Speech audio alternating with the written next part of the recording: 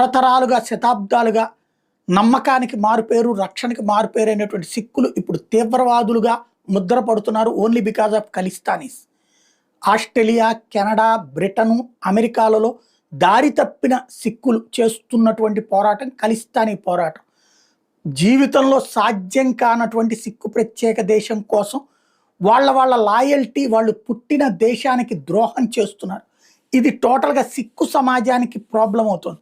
అందుకనినే మొన్న కెనడాలో ఉన్నటువంటి ఒరిజినల్ సిక్కులందరూ కూడా మోడీకి మద్దతుగా నిలవడంతో పాటుగా ఖలిస్తానీలను వ్యతిరేకిస్తున్నట్టు ప్రకటించారు. అట్లాగే అమెరికాలో సిక్కులు ఏకంగా ఖలిస్తానీని వ్యతిరేకిస్తున్నట్టు ప్రకటించారు. ఇప్పుడు తాజాగా బ్రిటన్లో ఉన్నటువంటి సిక్కులు కూడా పిలుపునిస్తున్నారు.